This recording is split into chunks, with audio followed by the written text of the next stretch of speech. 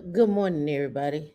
Let's start the day with people ignoring you. Let's start it out. Let's start right there. Let's start with people who ignore you. Let's start right there. We're coming in hot. We're coming in hot this morning. Let's start with people who ignore you. Let's start there. People ignore you. Let's start there. Coming in hot. We live, done. We alive. We're live, lit, and lively today. Lit, live, lively.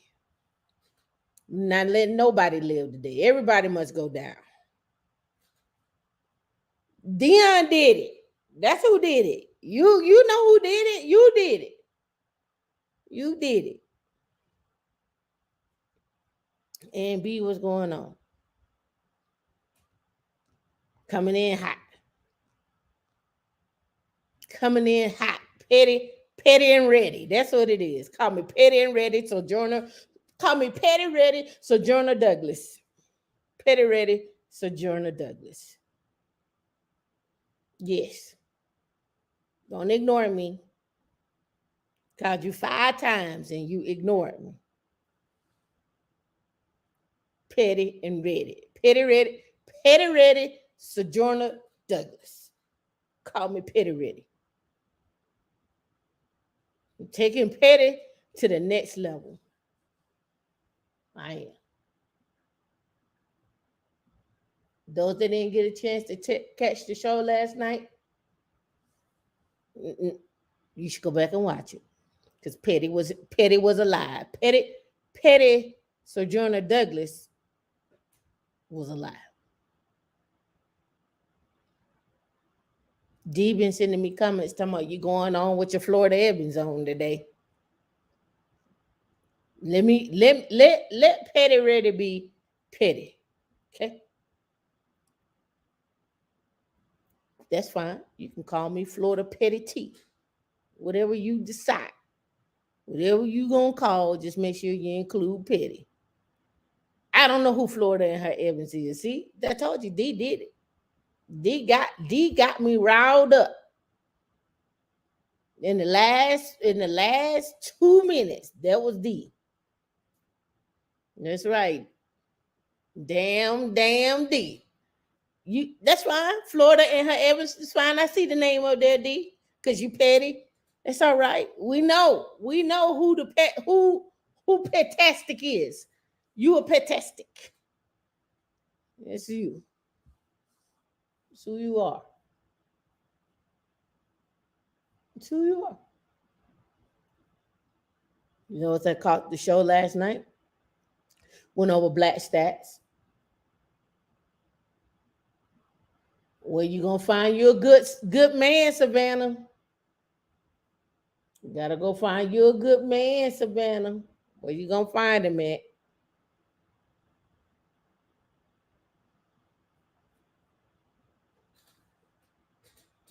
Let's get cracking. So, how's everybody Saturday?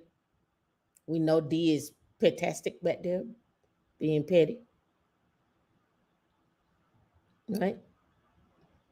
Shout out to Dunn. Shout out to Casual Economist. Oh, I think and B as well.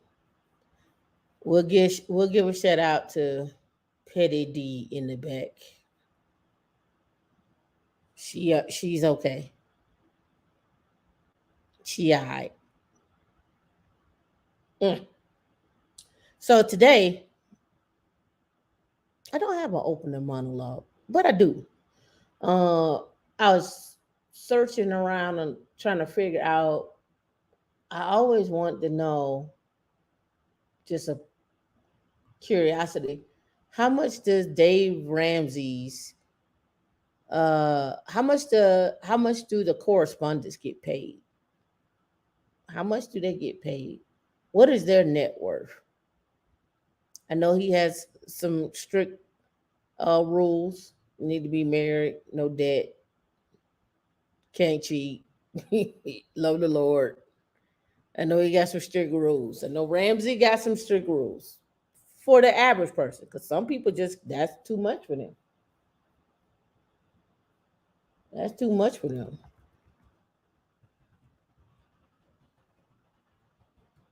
Let me look it up. Their moral code. Let's look at the moral code here.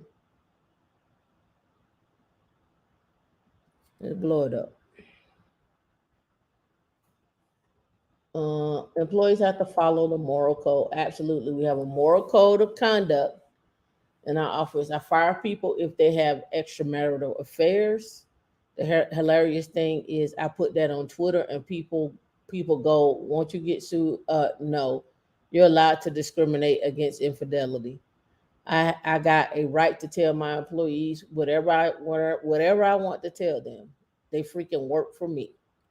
This is an employment at will state, which means if I decide I don't like people with green eyes, I don't have to hire you. I don't have to keep you anymore. There are no eye color discrimination laws. Sorry. Now I will never do that. I am not that arbitrary, and I am not that mean or unkind. But listen, if your spouse can't trust you, what makes you think I can trust you? I'm forgiving. I forgive the person. You can forgive a dog that bites you, but you don't stick your hand out again, stupid. You're going to get bit again. There's a difference between forgiveness and reconciliation. Some of my brothers and sisters in Christ aren't theologically deep enough to grasp that. Let me help you with that. There's a difference between forgiveness and reconciliation. Every time only a handful of times in 20 years, I've let someone go because they couldn't seem to remember where their own bedroom was. I've done that. We've remained friends with that person. Personally, I'm good. I forgave them. I'm good with that. But you're not going to work here because I have to be able to trust people who work here. They could hypothetically regain my trust over time, but there's so many other places they can work and so many other people I can hire. So why go through that? This is not a church or a cult. You can go to heaven and not work here. This is not a heaven ruling. It's you just don't get to work here ruling. And yeah, you can do that and not get sued because it does not affect your performance. Whether I can trust you or not is an element of whether you get to work here is kind of stealing. All right. So with that being said, can you all work with someone who is married and cheating on their spouse? Which is a good question. And could you take advice from someone who is married and cheating on their spouse? Would you take advice from them? Whether it's financial, anything, any type of advice. And why am I bringing that up? Because I said I was curious about how Dave Ramsey, his correspondents, how much do they get paid, and so forth. But this goes into a deeper conversation, actually. And the deeper conversation is trust. The deeper conversation is trust. And knowing when to trust someone and when not to trust someone. And where does trust show up in your life? It shows up every day in your life. Every day. The moment that you get up, the moment that you get out of bed, the moment that you go get in your car, you trust the mechanic, right? You trust that the car is going to operate the way it said it was supposed to operate. You trust the fact that if you take it into a dealership, you trust them with your car to get it back to you in a way that it's supposed to be coming back to you and not with more problems. You trust that they changed the oil and actually put oil back in there, right?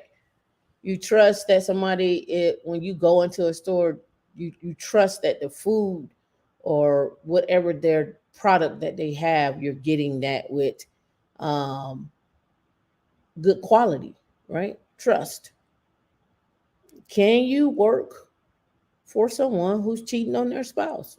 And I'm gonna tell you, a lot of people um, feel very adamant about that. They would not work with someone cheating on their spouse. They would not go into business with them.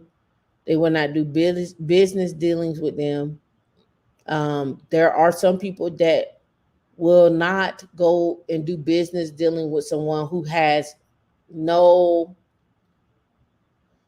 it's not loyalty. They have no obligations.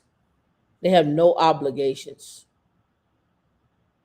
They have no obligations. So some people would not go into business with someone who's single. Some people will go into business with someone who is single because they may have more time to invest. It really depends on that person or those group of people, right?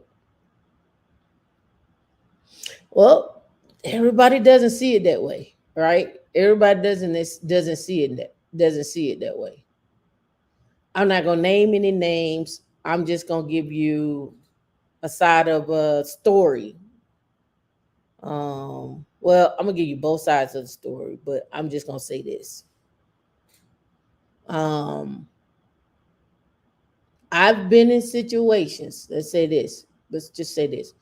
You all are sitting around. It's Thanksgiving. You have a party. Um, you're inviting friends and family over. This, that, and the other. And in walks a guy that you know who's married with another woman. Do you allow that man to stay in your house with that woman? It's like I'm gonna take what y'all say. It's none of my business, right? That ain't none of my business, but it is. But it is my business. See, it's that's what I say. Like it's a fine line when it comes to trust. It's a fine line when it comes to who you align. Yeah, well, but Heather, you said now that's not happening in your home. But what that person is doing is none of your business, right?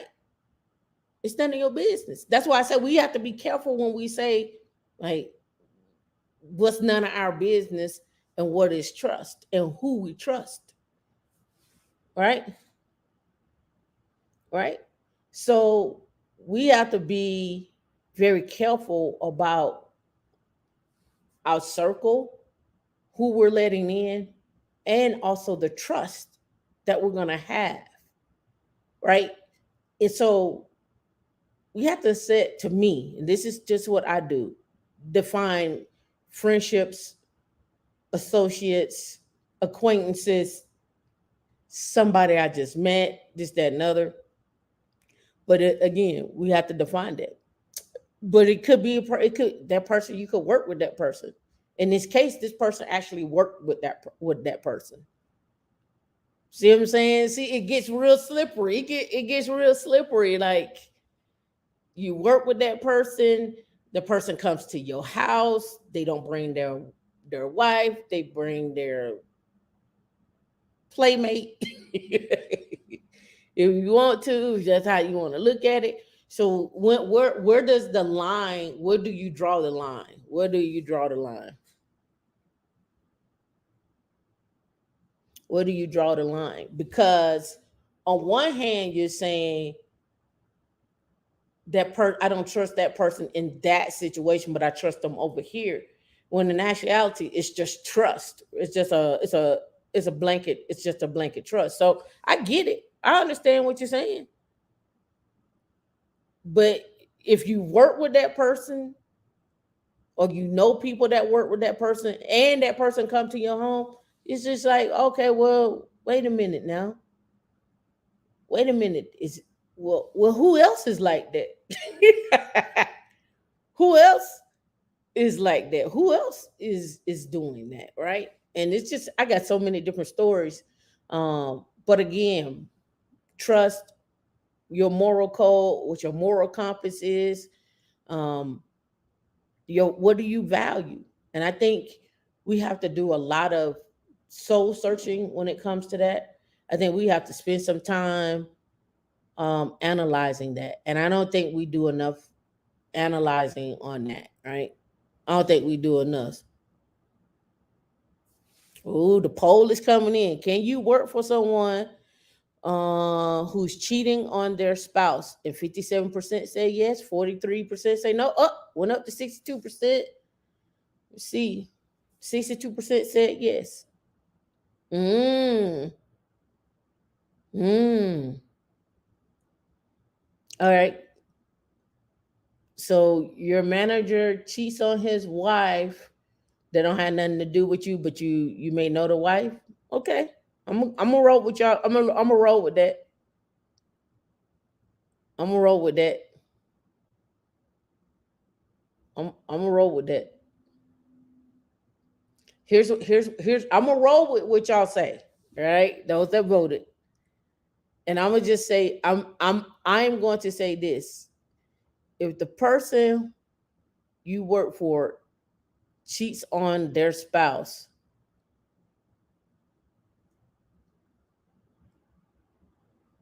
you probably can't trust that person.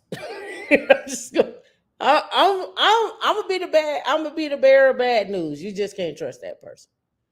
Or if you do stay there and work, just know that person, if that person can hide secrets from their wife and not tell them the truth, or their husband and not tell them the truth, you don't think they would hide stuff from you while you work for them? Nah, I'm good. I've seen I've seen men get fired for that.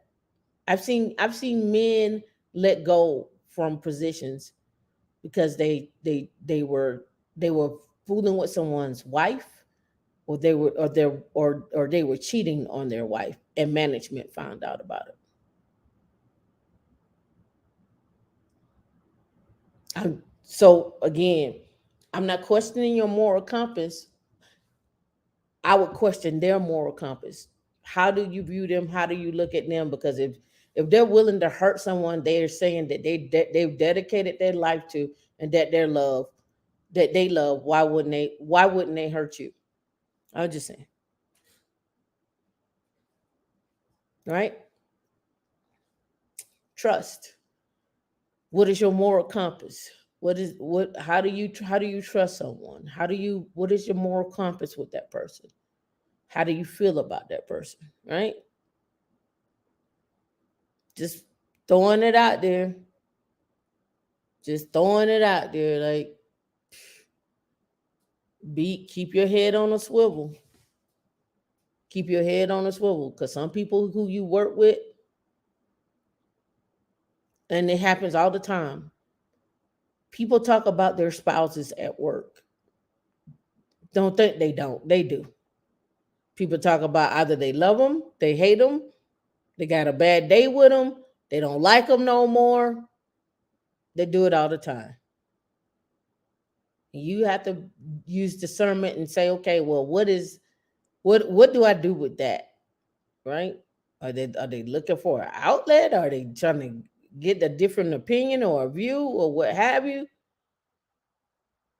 Are they setting you up for the okie doke? Just trying to tell you,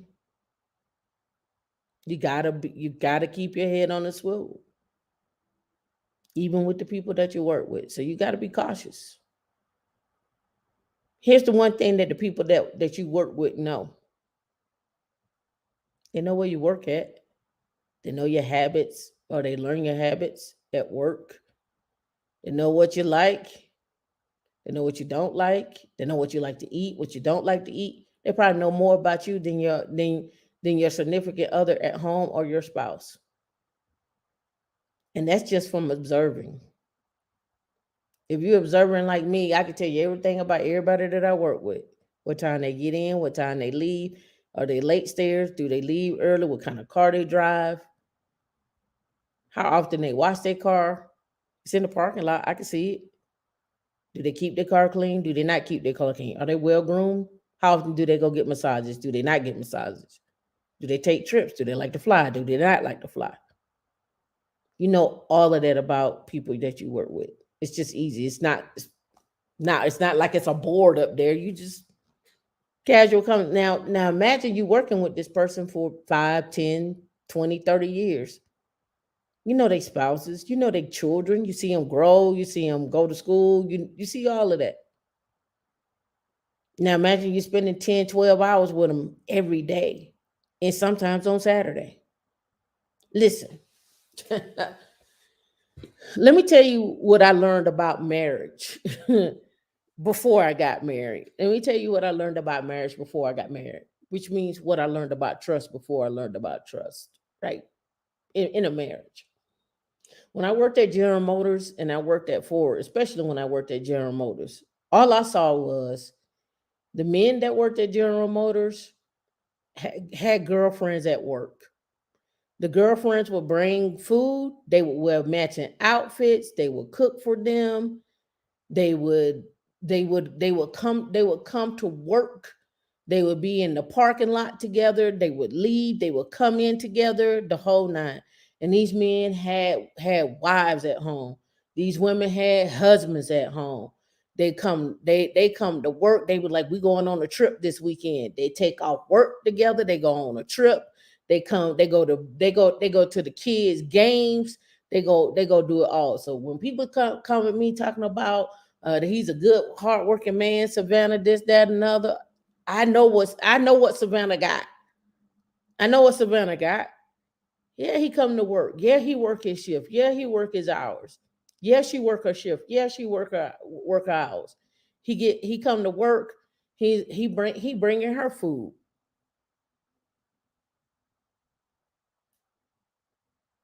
Stop. Like stop. Like I've seen them. I've seen uh full blown husbands literally buy the work wife a car. Buy a car, put a down payment on a home. What? And these ain't even truck drivers. These are just folks working at General Motors. Ford, the list goes on. Working for Marta. Don't don't please stop. I'm seen them. So again, what's your moral compass? What's your moral compass?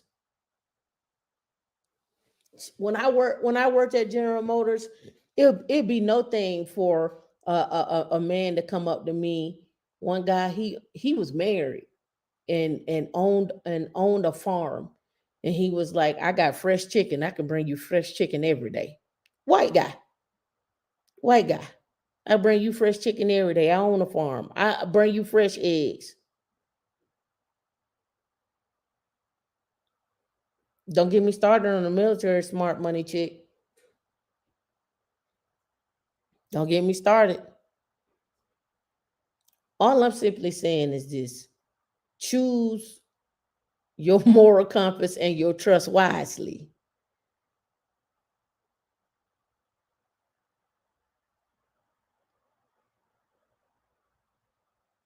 It was wild. Yep. So, when people talk about what's going on, marriage wise, this, that, and other, then be like, oh, you gotta choose better, you gotta pick better, this, that, and other. No, it's not about picking better. It's about the moral compass of the person. When that moral don't line up and they can't even look, when you find a person can't even be honest and true about who they are as a person, and then much less you want to get married to that person, oh my goodness.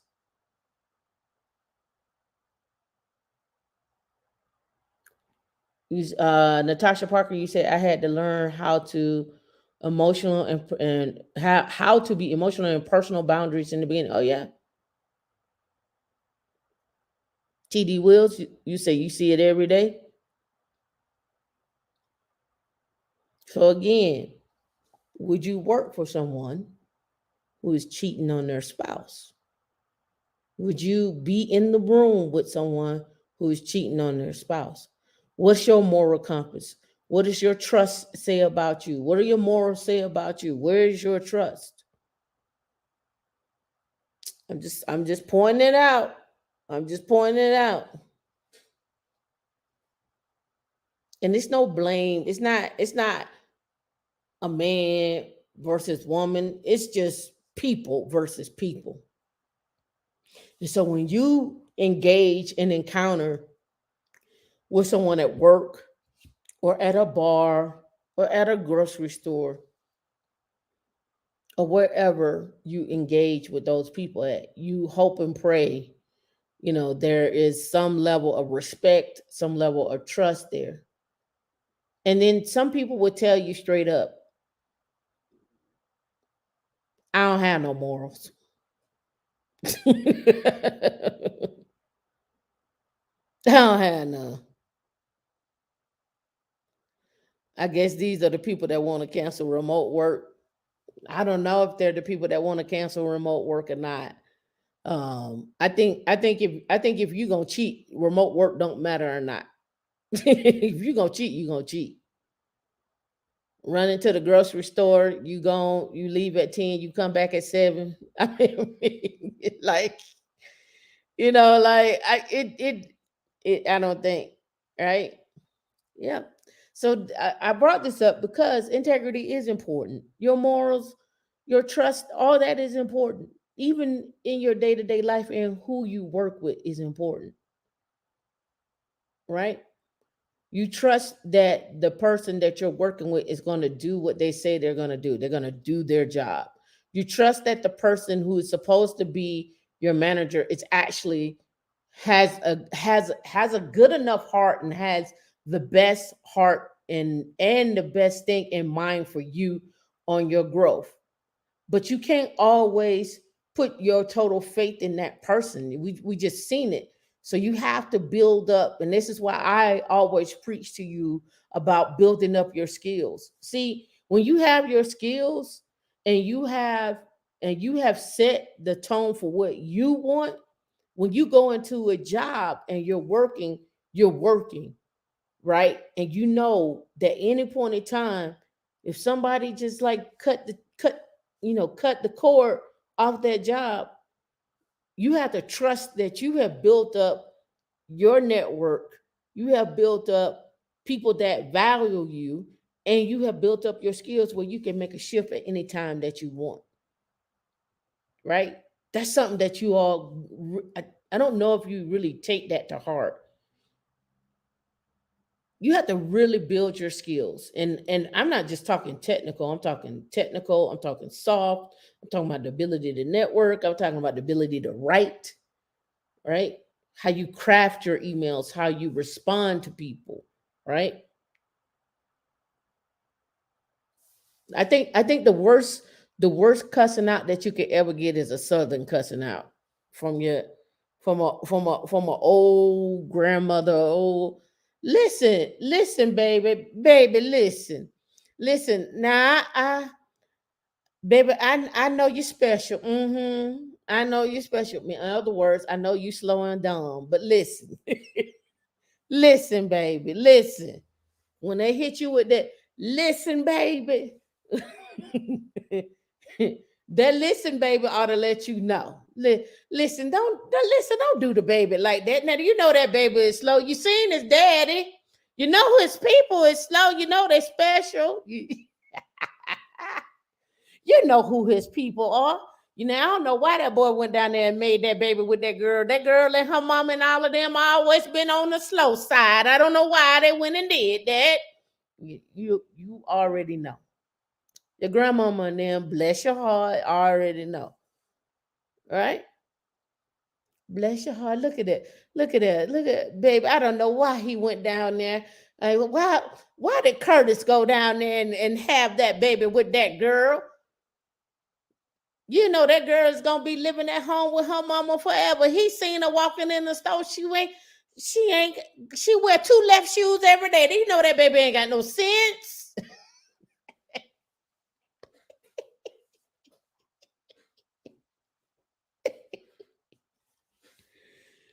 Trust, integrity, your moral compass, your moral code. What does that look like? What's that look like? So let's go over some things here. I put this together because I was looking, like I said, over Dave Ramsey stuff, and I was like, okay, I talk about this often. I talk about how to become a millionaire, What's your plan? What's your retirement plan? Is it a million, 2 million, 4.6? I think we saw the latest. I think it's like 4.3, 4.6 million. What is that going to look like for you? What's that going to look like for you? Who are you? Where are you putting your trust at? Where are you putting your money at? When I say your trust, I mean literally your money somewhere. What establishment are you trusting? Are you gonna stuff it under the mattress? Are y'all stuffing your money under the mattress? Are you saying I'm not doing anything? Tamika, I got it in the shoebox. I've been collecting Nike shoe boxes and I got my stuff in a shoebox. Do you have your money tied up in a sock somewhere, just wrapped up in a drawer, just rolled up, knotted up in a drawer somewhere? You said, I'm not trusting any banking institution. I'm not trusting anybody. What does that look like? What are you at? All right. So I went out and I was like, we already know the 7 careers that make the most millionaires, right? We know that, right? In case you don't, let's pull that back up again. All right. The 7 career, well, not seven, but the careers that make the most millionaires: engineers, accountant, teachers, executive management, and attorney. Now, I was online looking through different comments on Instagram, and people are like, oh my goodness, doctors make the most millionaires when they don't. They're not in the top five dead or alive. They didn't make it, right? Teachers, executive management, attorneys, accountants, and engineers, which goes back to the conversation that I was having last night. Where are the people that are becoming millionaires, right? Where are you going to find your husbands and your wives? I know, TD Wills, you don't believe it. Teachers, I know. It says, in the broader terms, the finance and investment professions have the most millionaires. It also has the most billionaires at 371. Here's a list of the 7 best careers if you want to be a millionaire. And this is coming from the Bureau of Labor Statistics, Occupational Employment Statistics pages. Some of these careers present a fast track to millionaire status because of high income, but with many of them, it's also the fact they are working in the fields that put them in a position to take advantage of opportunities that lead to big investment payoffs. Lawyers, for lawyers, for 2021, lawyers' median income is around 148. For example, lawyers working in large cities like New York and DC can earn considerably more. This also includes generous stock options and very high salary. Well, if you know me at Women in Linux, that 148, we seen that, right? We see those all the time. So imagine you getting the 150, you hitting 150, and you getting stock options, and the 10%, 25% to your 401k, like I talked about last night. Boom, here you go. Engineers. Income wise, engineer depends mainly on the area of specialization. So they're going aerospace, petroleum. You notice that what you don't see on there is cloud engineering. You don't see high performance computing engineers. You don't see those. Why don't you see those? Because I don't think the Bureau of Labor Statistics actually has a classification for those. I really think they put them under computer hardware engineers. I think that's what they put that at, or they're trying to throw them under computer engineers or electrical engineers. I don't think they actually have a good classification for those. But we all know that most of those jobs pay anywhere from 100 to 700,000, depending on if it's a site reliability engineer at Netflix, or if it's or if you're working in cloud computing, or you're just starting out, or you're distinguished, or whatever. It just depends, right? So we know that we could be number one or number two as far as salary ranges off this list with the 148, the 150, the whatever, right? Number three, medical doctors and surgeons. Now, let's go back up here to their list here, right? You still don't see medical doctors and surgeons here. This is from Ramsey. Survey of millionaires, top 5 careers for millionaires. These are the top 5 careers, right? Now let's come down here. They have surgeons and earned a annual income of 252. Well, you can get that doing DevSecOps. You can get that doing OpenShift. You can get that doing automation. We've seen that, right? So it says many specialists earn considerably more. With that income, you can earn $1 million every 5 years. Again, I showed that. I showed that income as a base salary, right? Regular savings and investing will produce $1 million bankroll in a short order, and we showed that last night. We showed that in with that every 5 years, right? So again, let's pull out our calculator. Right. So, like I said, 252,000. We'll go with 253,000 to round up, and you multiply that over 10 years. Again, 2.53 million in 10 years. If you're steadily at that income level for 10 years. Now, the question is, do you think that you all could be steadily at that income level for 10 years? And what location and what job are you doing to be steadily at that level? Is it one job? Are you staying at one location? Are you job hopping? What does that look like? That's a question you all are going to really have to think about, right? I personally think those that are young, you need to max out your earning potential when you're young, and probably get into a more stable company as you get older. That's my personal opinion. Some people think differently. Some people think that you need to be just steady all the way through. Some people think you need to be steady from the beginning and then jump around. I think you have your greatest, you have less debt when you're younger to jump around and max out that earning potential, where you may be 26 with no kids, or even 30 with no kids. So the ability to jump around, for a job, maybe you stay here 2 years or 3 years and you jump, 3 years and you jump, 4 years and you jump, 5 years and you jump.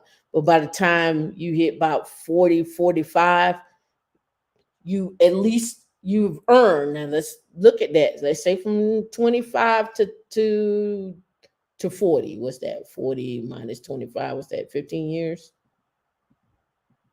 Yep. So 15. So let's multiply. Let's say, let's just keep it around about 150 for 15 years. I'm just shooting here. So that don't look right. 150. That might be right. Times 15. Yep. 2.5 million you would have earned. Right? 2.5 million you would have earned over that time for those 15 years. So let's say you've earned that, and by the time you hit 40. So, again, I'm just pointing out what that looks like, right? So that's just at 150. I'm not including the sign-on bonus you may get. I'm not including equity and stock options. I'm not including that. I'm just strictly talking base, right? So let's say for 15 years you earned 200,000 for 15 years. Let's say your jobs, every time you jump ship or whatever, you're at that mark. That's 3 million. So the money is there for you for 15 years. That's your mark. Like, that's the money that you earn. Now that's gross. Now that doesn't account for taxes, debt, student loan, whatever the case may be. taking care of a child or a sick parent, or whatever you choose to do with your money. That doesn't take into account for all of that. I'm just showing you gross what your income earning potential could be, right? All right. So next one, a CPA, makes an annual about 83,000, and then an investment banker. Whenever we hear about multi-billion and billion-dollar mergers and acquisitions, the opportunity to earn substantial money, that income often flows in investment banking. In 2021, bankers are lumped with financial managers who earned a median income of 150, right? Six, real estate brokers and agents. Again, getting in on deals and contracts. Median salary can be real estate agents can be 61,000. Real estate brokers 86,000.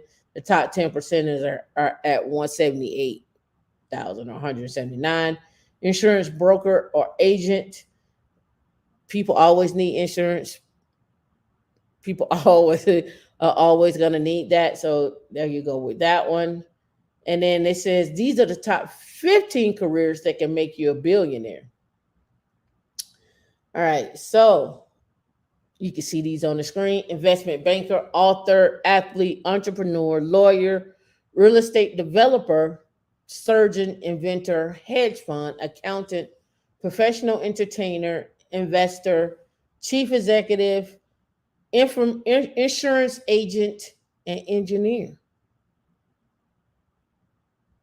And engineer, right? So you can pick and choose your professions on what you want to be, but these are the billionaire careers,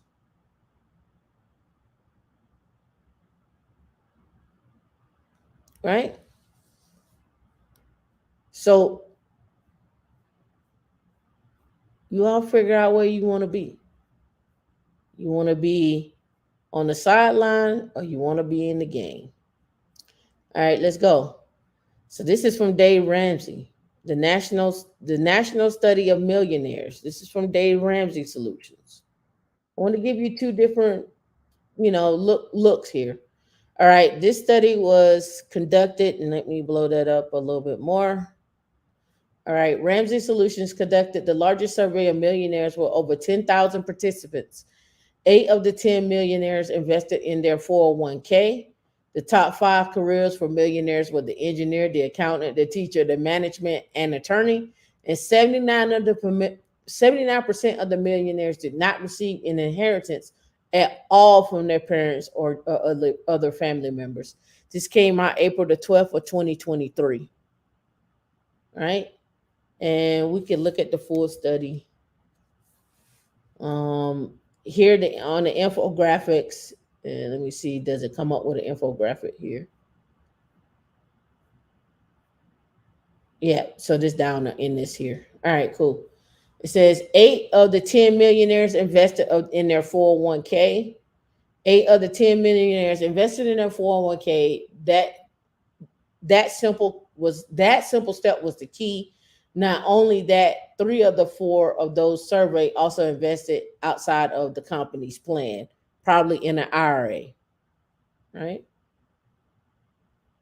All right, here, 3 of the 4 millionaires said regular, consistent investing over a long period of time leads to success. 3 of the 4 of the millionaires, 75%, said that consistent investing over a long period of time is a reason for success. Investing in your skill sets over time and utilizing them in the market over time is going to help increase your wealth, because it's going to help increase the money that you earn and the money that you save. They go hand in hand. But okay, so this is Tameika talking, okay? Um a lot of people have a problem with being a W2 millionaire. I don't understand why you can't be a W2 millionaire, a 1099 millionaire, a real estate millionaire, and an investing and being an investor millionaire. I don't understand why you can't have all of those things. Now, my thought process is some things you're going to have to just really focus on, and some things you're going to have to do passively. In other words, investing in stocks consistently, blue chip, your aristocrats and your kings over time, uh, getting into the right properties over time, uh, and putting in your 401k and your IRA. I don't know why you can't be a 401k millionaire and an IRA millionaire. I don't understand why you can't do both. And I don't understand why people get mad. That's the route that other people go down. Because it's like you choose to be owned by the man. Like,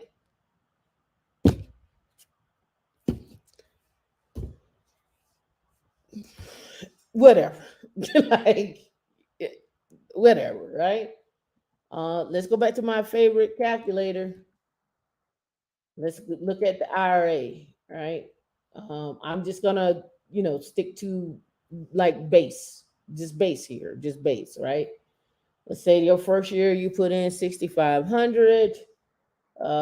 You do your monthly contribution. I think it's a 321. Let's say you do it for 25 years. Let's give a variance of, let's say, 7%. And I mean, let's give a range of 7%, and let's go one up and one down. We can return 6% or 8%. Maybe I should do this at 8. Let's do this at 8, and we'll do one. Well, one could be 7 and the other one can be 9. And then let's calculate that. So over 25 years, right? Which means you probably need to start early. And I'm not even including in your IRA the catch up that you may get. But let's just say in 25 years you started early, you got your 326, right? At the medium level. And then at the upper end is 382, right? On the upper end. But that's just one look. I think it's more than that, but let me double verify. Let me pull out my calculator and divide by 12. 6,500 divided by 12. Let me make sure I got it right. That seems right. 321, if I'm not mistaken. Maybe 521, but let me double verify. Oops, that's not it. Let's go here. Calculator. All right. 6,500 by 12. Oh, 541. I was off. All right, 541. So 541, because that's what you put in every month. Now let's go back to calculate. All right, that look a little better.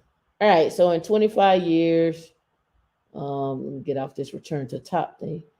At 9%, it could be 605, 8%, 519, and then 7%, 445. But if you're following the S&P 500, it typically returns about 10, right? Let's just calculate, be at 708. So you could be at that at 9, 10, and 11. At 10 it'd be 708, at 11 it'd be 831, and then at 9, 605, right? Yeah, so it's just it depends on you, like where you want to be at. That's just in a IRA that you're just putting in every month. You put in 541 for the next 25 years. So if you're 30 years old now, at 55, if you're putting in 541, say you don't do nothing else with your money. Say every month you putting in 541 every single month into your IRA. You don't get no match, no nothing, right? You could, depending on what you follow in the market, right? Because we got some downtimes, right? You can go, we can go at 7%, right? You could be at 500,000. Now, that's just in your IRA. In your 401k, it could be something completely different, because then you'll get a match, and maybe you'll get a percentage into your 401k. Like maybe you'll be in a company for 10 years, 15 years. Let's say you go with a company for 10 years and you do the 22.5. Let's say you find, you're like, you know what? I'm going to stick with this company for 10 years. right? You go work at a big box company like a IBM or Amazon or something like that. Clorox, Procter and Gamble. You're like, yeah, I'm sticking this out right here. So 22,500 divided by 12. I think that was 1875. Yeah. So that's 1875. We're gonna do 25. We'll leave it at with the one and go from there. Now I haven't included the match in this. So it'll be at 1.5. So you could there in theory be really close to being a millionaire in your IRA, say it right between 6 to 800,000. And then in your 401k, I have not included match. I have not included up, spinning up the maximum contribution. You could pick your ages on this. You could be 30, you could be 40, you could be 50. It doesn't matter. But you play around with the numbers.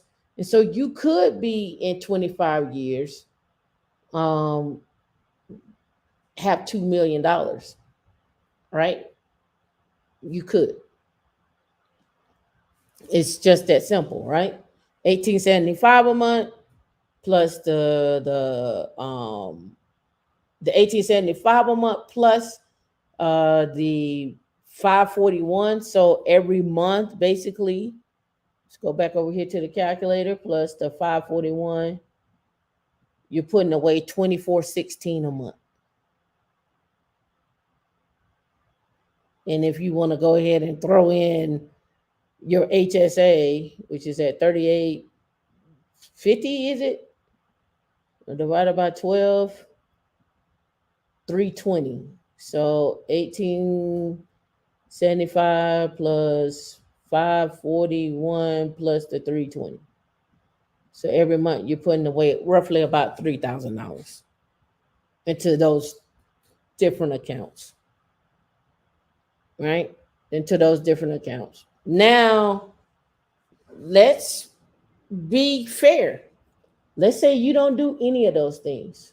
And let's say you want to do a money market account, um, savings account, right?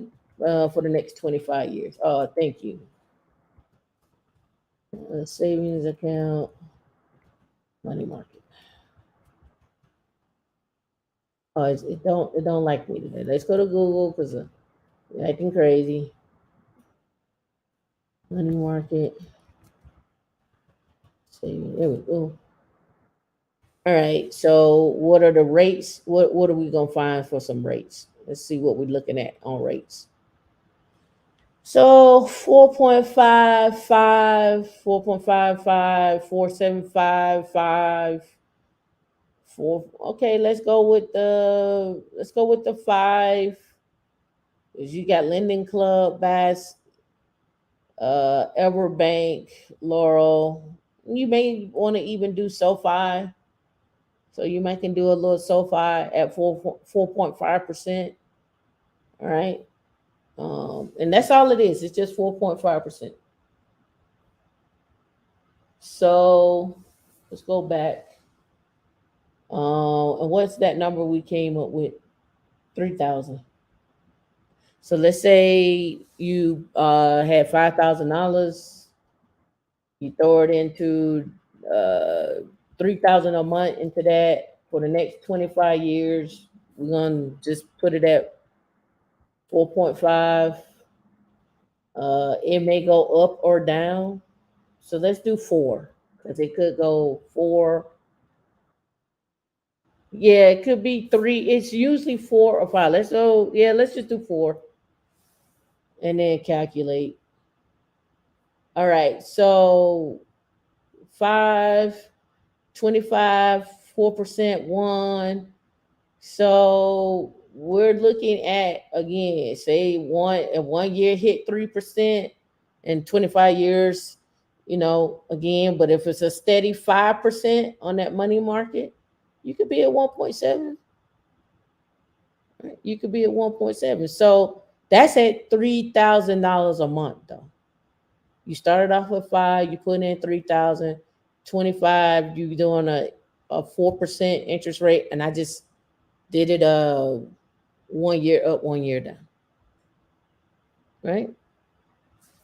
So utilize the tools that are already out there. I'm not telling you not to invest in real estate. I'm not telling you not to invest into IPOs. I'm just giving you what the tools are out there.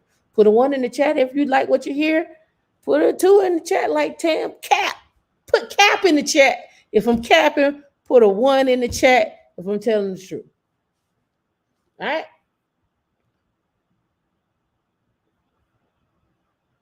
Yep, millionaires are made. They're not born. Millionaires don't always make big bucks. People ask about the teacher and so forth. On only 31% average 100,000 a year over the course of their career. Only one third never made six figure in any single working year. Millionaires go to college, but not elite colleges. Millionaires go to college and not elite colleges. I was just having this conversation this morning. Sometimes,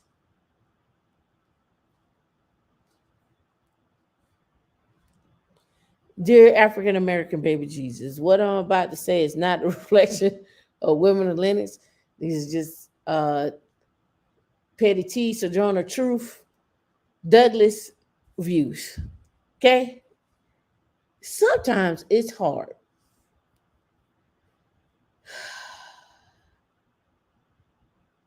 Sometimes it's hard.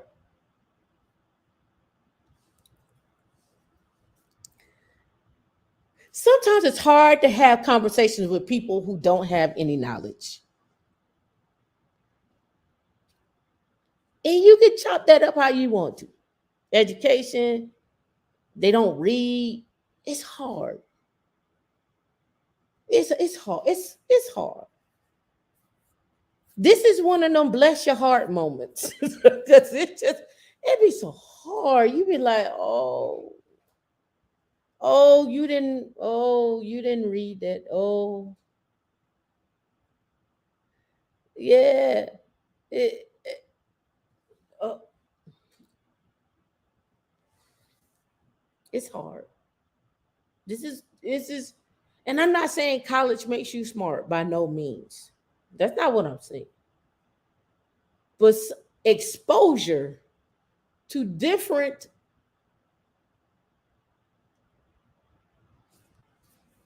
things, places, food, people, books, music, networks. It just makes conversations a little easier. Like I said last night, I've been told you are you act like a white girl. I'm like, I act like a white girl. I thought I was a thug missus. I thought I knew how to whip the work. I thought I was the cool person. Okay, okay, okay. All right. But it's just hard. It's hard. It's so hard. Because sometimes the conversations that you're trying to have, you're like, and I find this a lot. And I'm like, this is why I started doing the research on how many people are actually literate and illiterate. That's why I did the research, because I was like, why am I having these conversations? Because but the medical people said when they did the research, that's what they said. Then that's what the medical people said. People like, you can't believe everything you read. No, but if they did the research and you go do some digging into the research, I'm gonna lean towards them. Like, you know what I mean? They whip the work. Just saying, right? We're just saying. 80% of the millionaires graduated from college compared to 38% of the general population. And over half of the millionaires in the study earned a master's degree or doctoral degree compared to 13% of the population. I don't make these studies up. I'm just asking you questions. What is the problem with reading? Why are we anti reading? Why are we anti going to college? Why are we anti education? Why go to community college? I don't care. Pick up a book, read it, go to the bookstore. When do let me I'm curious. I don't know. Do people go on dates to the bookstore? Do people do that? Do y'all go like let's meet at Barnes and Nobles and let's pick out a book and read it? Do like let's read the first chapter of a book and you tell me your thoughts, I tell you my thoughts? Nah. Well, I think y'all should start taking men and women to the bookstore and ask them to read the book. If they go to the cat in the hat section, then you know. I'm just saying. Sit there and let them read you a couple of paragraphs and y'all go over it and be like, well, what was your interpretation of that?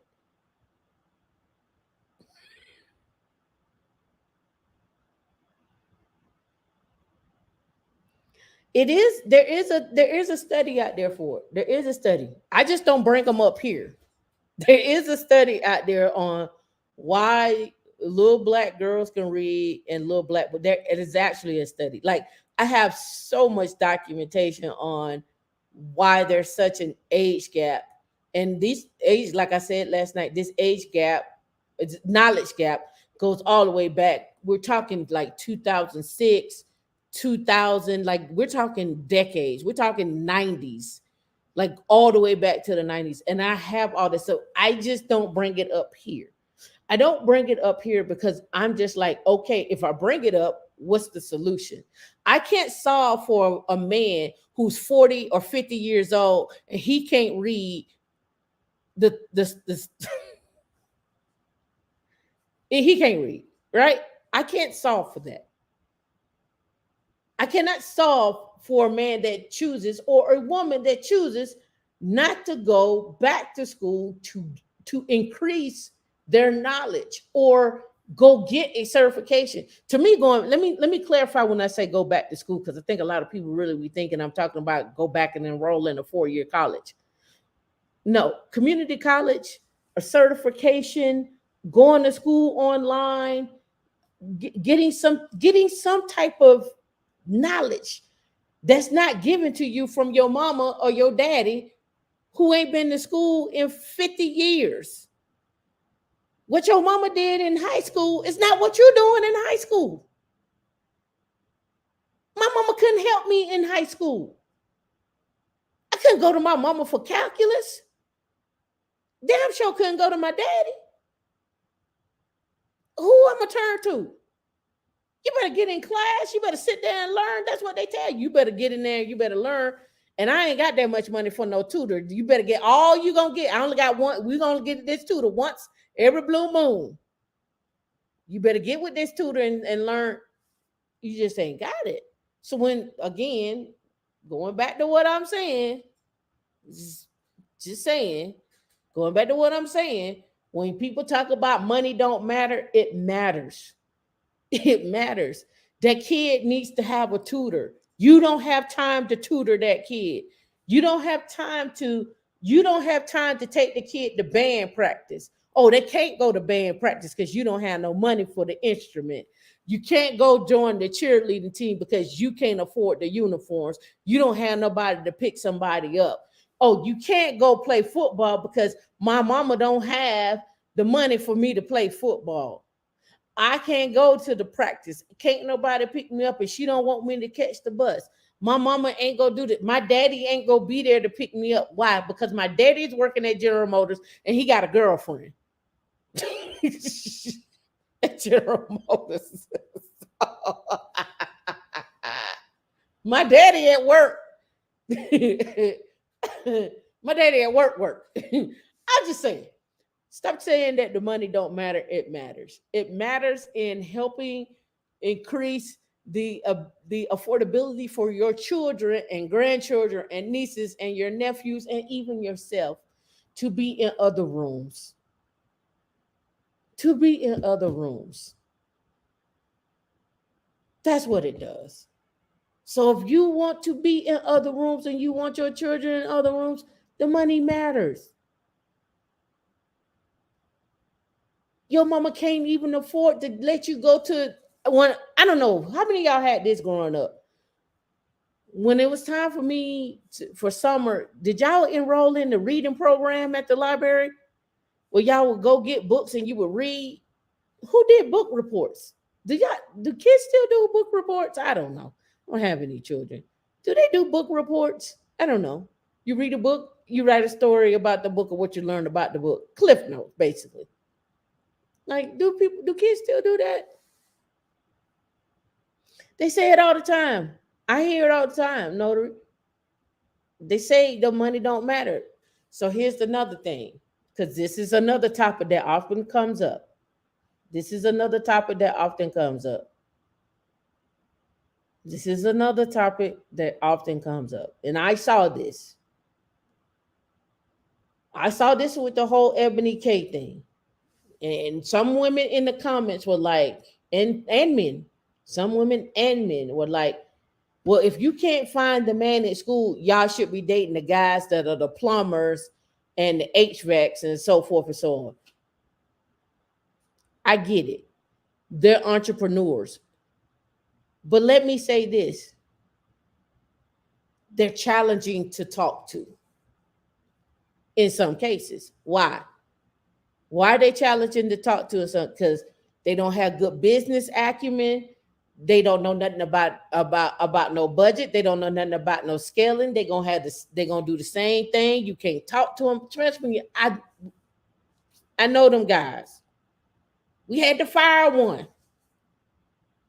I wanted to help him scale his business, but he couldn't deliver on what he needed to deliver. I was like, bro, I'll help you scale your business. I'll help you automate your process. I'm willing to put in 30,000 into scaling your business. Let's get your trucks. Let's set up a training program. Let's get your people trained. Let's scale your lawnmower business. What happened? He screwed me over. He stopped coming to take care of the lawn. It was on him to take. You scorch my lawn and say you're gonna replace it.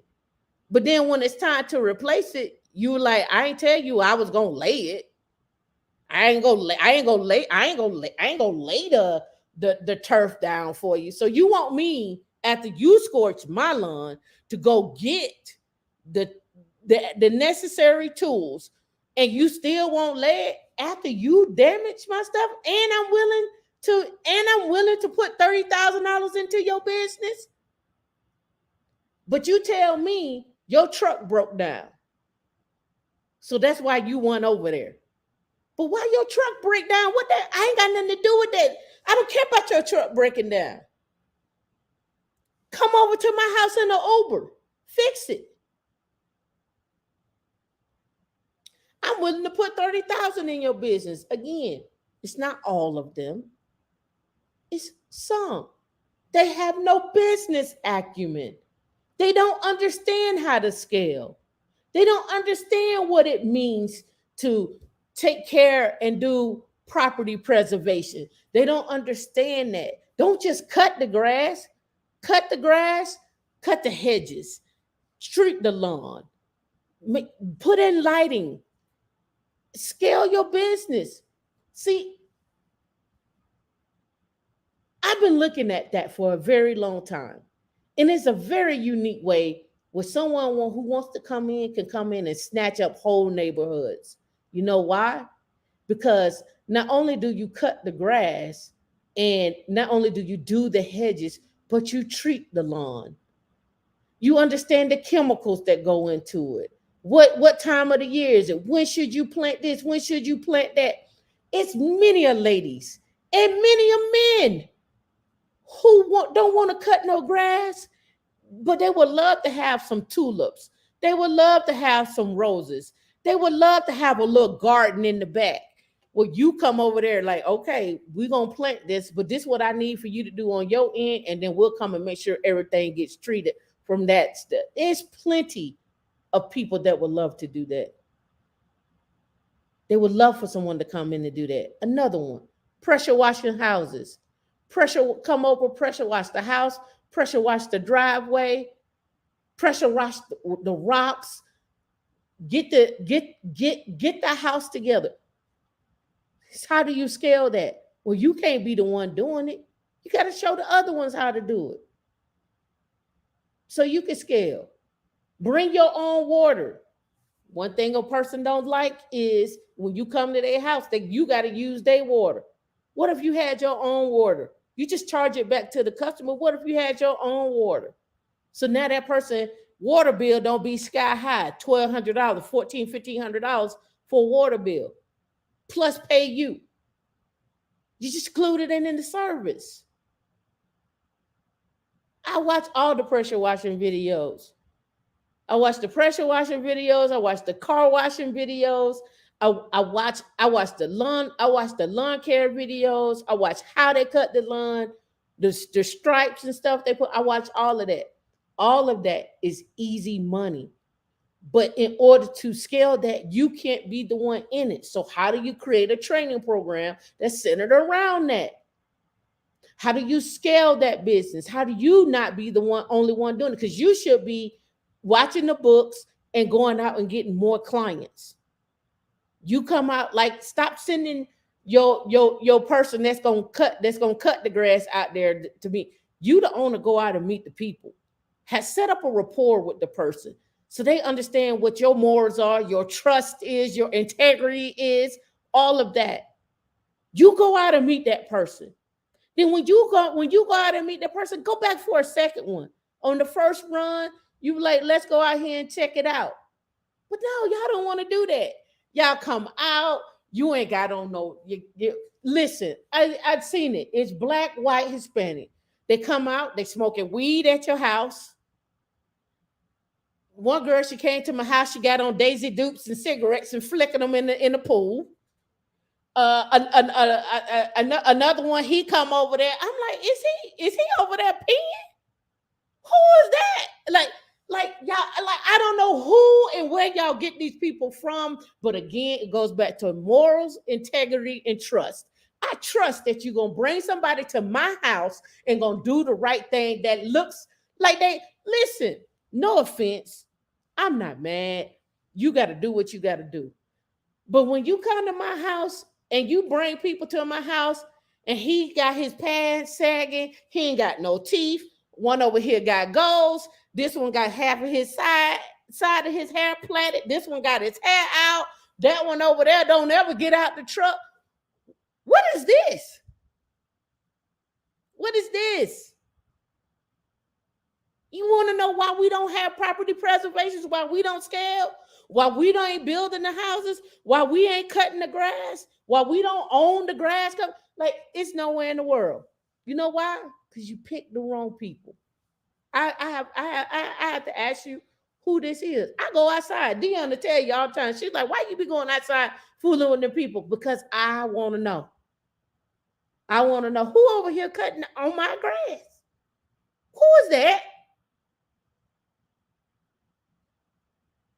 Why is this young man back over here in the corner sitting down smoking weed? I want to know. What you doing? What you doing? I want to know. I want to know. So some of what we're talking about here, because you can be a millionaire and cut lawn, you could be a millionaire cutting grass, and pressure washing, car detailing. You could do all of that. You could be a millionaire, but your business acumen, your integrity, your morals tell me something different. The people that you decide to hire, I understand you want to decide to hire Curtis and he been in jail and he needed something to do. But Curtis' morals is maybe off. He may not be the right person for the job. You can't get the apartment complex building and cut their grass. You ain't getting that. You ain't getting online with Great Star and cutting and getting to their stuff.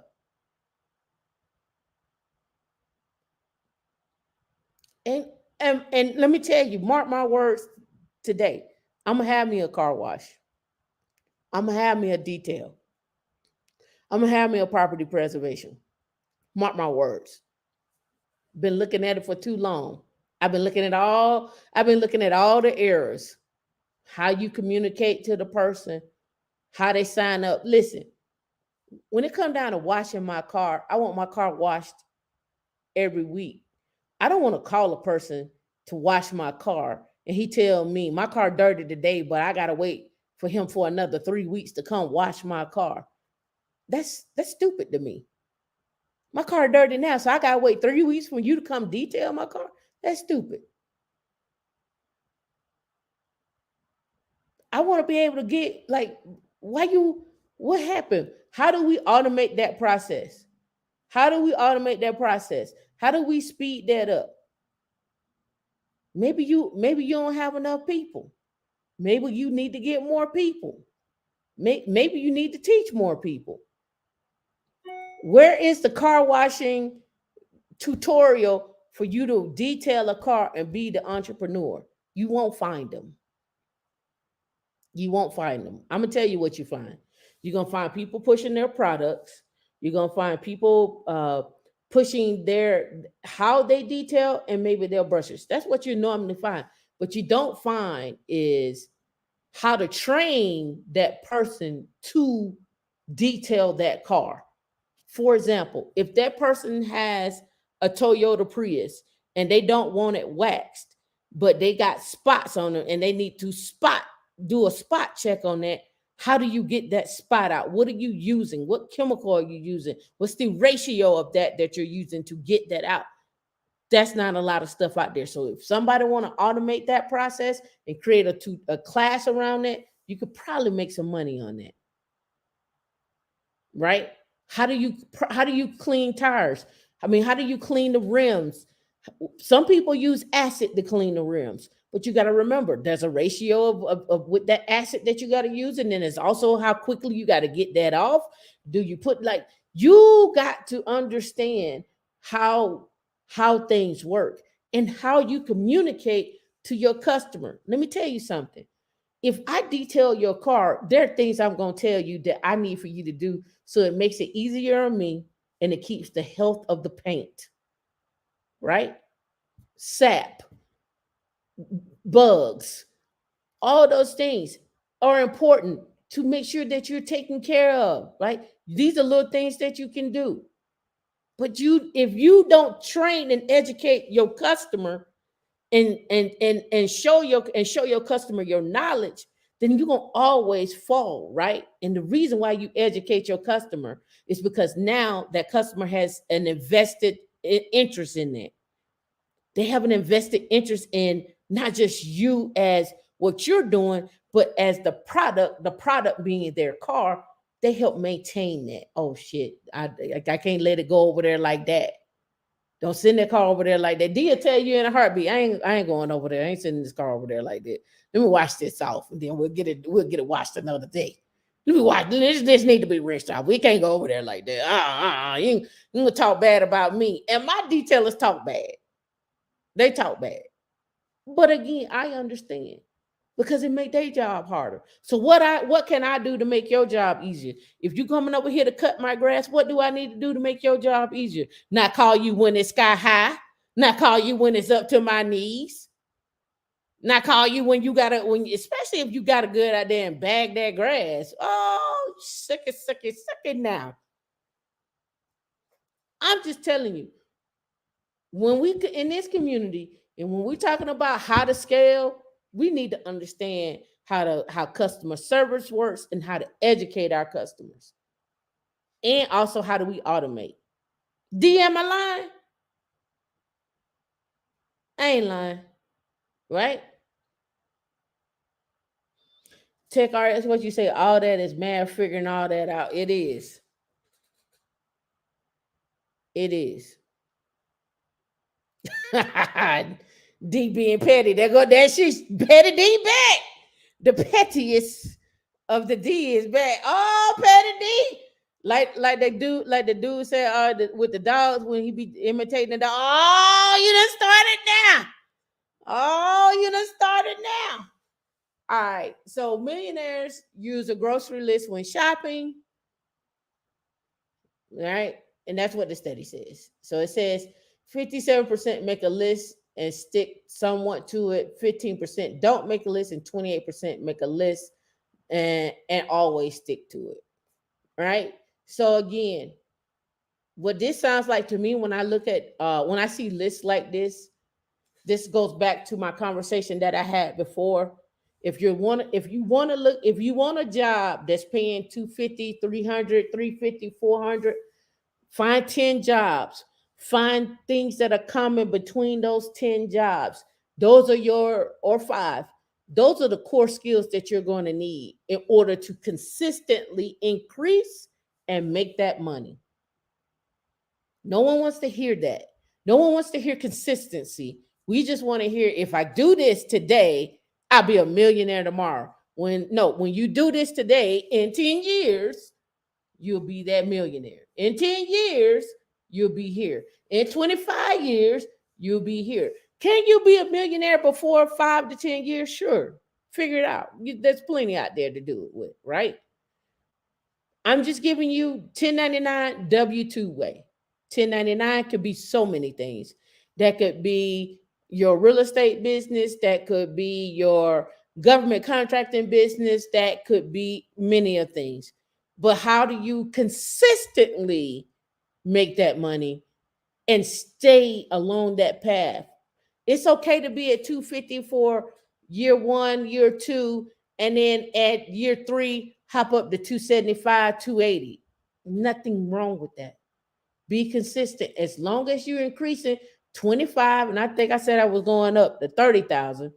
$30,000 increase every time you make a jump. If you ain't getting a minimum of 30,000 on the increase, it's just not worth your time. You can go do the math on that. It's just not worth your time. $10,000 and you won't see it. 30, you'll see it. You'll see it at 25, but I'm adding for inflation, 30,000. Right? It says how to become a 401k millionaire. We talked about being a millionaire in your IRA, but we understand how to become a 401k. Why? Because we get matched. We're going to always be putting the max in. It's going to compound over time. I don't need to go through this with you. Y'all seen this. You understand this. You know this. Right? All right. So I don't know if how many of y'all have been paying attention to the housing market, but the housing market is slowing, but the home prices are steadily going up. Why? Supply and demand, right? Supply and demand. We don't have enough houses being built, and interest rates are high. But what is it, the number one age of people buying houses? Do y'all know? What's the number one age of people buying houses?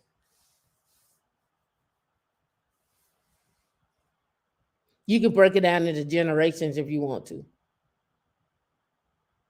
But the number one age is 62. Those are the people who are buying houses. Why are they buying houses? They have disposable income. 62. They got disposable income. This year, housing market beset by high interest rates is on track to be the lowest number of homes sold in 12 years. Fannie Mae, the government-sponsored mortgage financing organization, projects total home sales in 2023 to be about 4.8 million, the lowest since 2011, and only slightly higher in 2024 at 4.9. The total amount of mortgage originations for 2023 is expected to be about 1.56 trillion, down from Fannie Mae had originally projected at 1.6 million this year. Fannie Mae sees personal spending to be in unsustainable levels relative to American incomes, and it projects a modest economic contraction in the first half of 2024, combined with the mortgage rates hovering above 7%. While Fannie Mae is not predicting bigger home sale declines beyond that, I mean beyond what is originally forecasted, it also doesn't see a big chance of uptick either. While existing home sales are expected to remain near the lowest level since 2009, further sales declines are likely to be less pronounced in relation to the current increases in the mortgage rate, right? While additional downside risk from rate movements to date is minimum, the prospects of recovery in existing sales in the near future is unlikely, given strong mortgage rate lock-in effects and stressed affordability. Right, existing home sales dropped by 0.7% in August, and inventory unsold homes dropped to 1.1 million, a 3.3 month supply of homes of at the current sales price. The NAR found a balanced home housing market is generally considered to have 6 months, like supply and demand. The median existing sale price in August was 407,000, up 3.9% from 2022. In the Denver area, the average sale price of a home is 500,000. Right.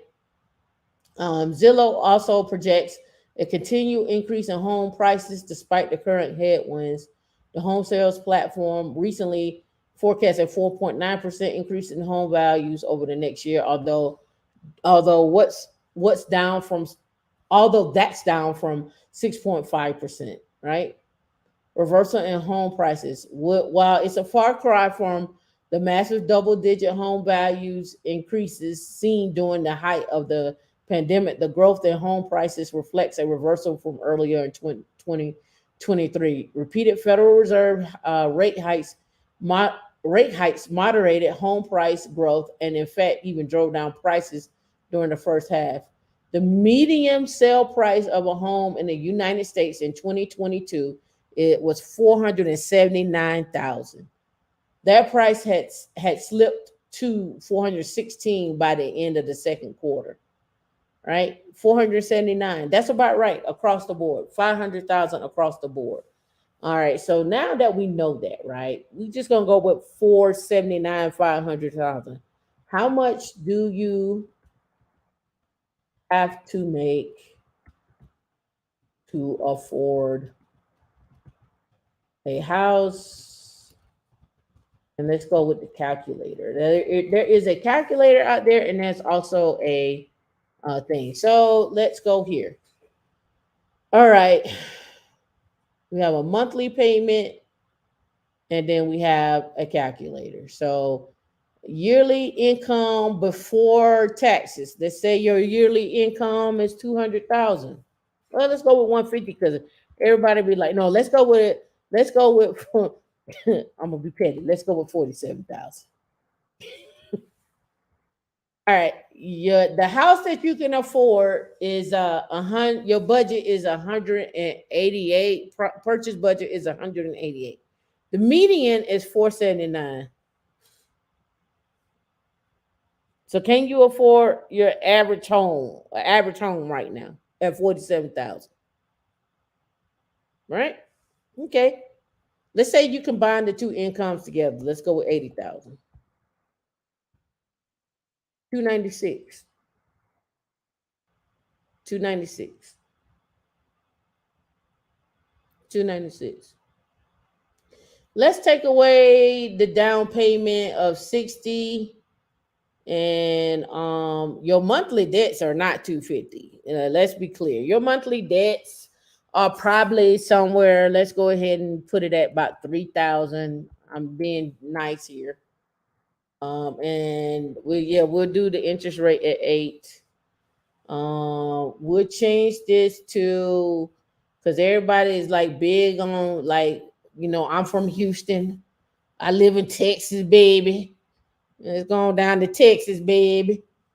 And let's say your credit score is really not past the 700 mark, right? You probably gonna put down 3.5. Let's say you're gonna put down like 40,000.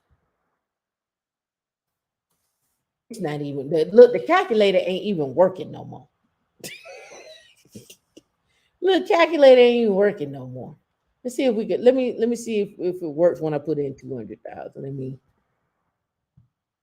I'm just curious if it's still working. Oh yeah, see when I put in the 200,000, it worked. But at 40,000, it's like, girl, we ain't got time for that. So we're gonna go back up here to like we'll say some people got some good credit up here. They're at 8%, but they got 3,000. Let's go with 300,000.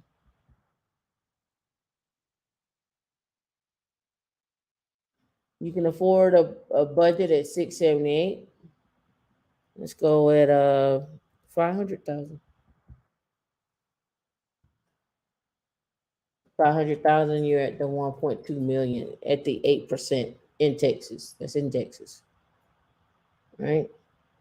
And then they also have right here how much income to afford a $300,000 house.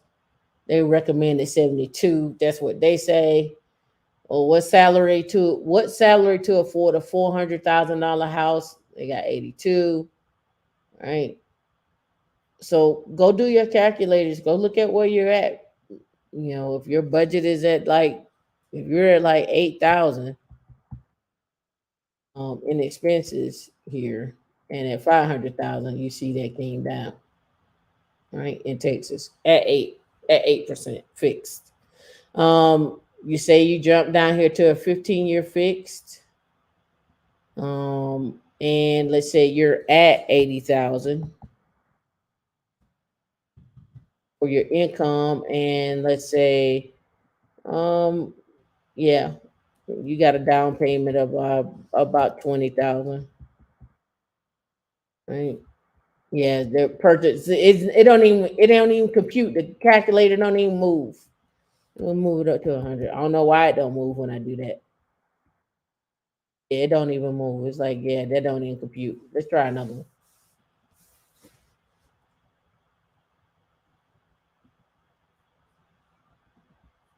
All right, so here we go. What can you afford in San Francisco? Let's go Houston, Texas. Um, they got you at 322. Um, for that, let's see. They got your down payment at 20%. You got your good, and here's a mortgage calculator. You all can go back and check out your DTI and so forth and so on. So again, understanding the numbers, understanding like getting your DTI down, understanding that, increasing your income, increasing your skill set, all that matters. All that matters. All right. So I thought this was interesting. The IRS hit pause on the lucrative tax credit, right? This came out September the 25th of 2023. He's like, what is that? At a time where many companies are rightfully concerned about their long-term workforce pipelines, grappling with the burnout among employees and managers alike, and often missing the mark on diversity in leadership, Sandy Cole believes big businesses have a big opportunity. Many organizations have pushed more for diversity in recent years, and Cole said now could be a perfect time for companies to lean further into women's strengths to promote greater gender diversity in their organizations. You already know how I feel about gender diversity and what I mean about diversity and inclusion. Your skill sets. All right, we know gender diversity can bring so many different perspectives to the table, so forth and so on, blah, blah, blah, blah. But the IRS said no. So, how companies do it? Code suggests a multifaceted approach that includes mentoring relationships, filling gaps, so forth and so on, right? Well, the IRS halts processing on the ERC tax credit claim, right? The IRS service hit pause on processing new claims for the employee retention credit, at least through the end of 2023, right? The IRS Commissioner Danny Werfel ordered a moratorium on processing ERC claims that will run through at least the end of the year amid rising concerns over scams involving potentially lucrative tax credit and growing number of ineligible claims. The IRS continued to process ERC claims made September the 14th. The agency said, but warned that the processing times for these claims will be longer as they review them for fraud. That means standard processing times of 90 days to will double to 180 days. The goal is not to just identify fraud, but to ensure small business owners tricked by third-party promoters of the ERC can pay back the claim without additional interest or penalties.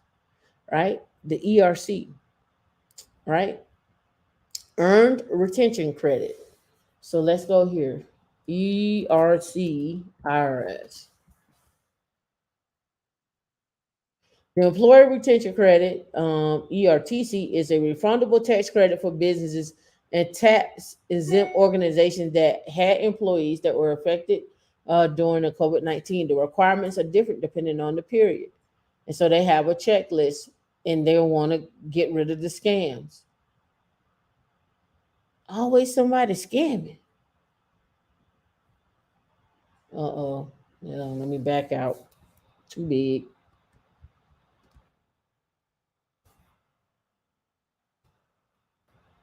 All right.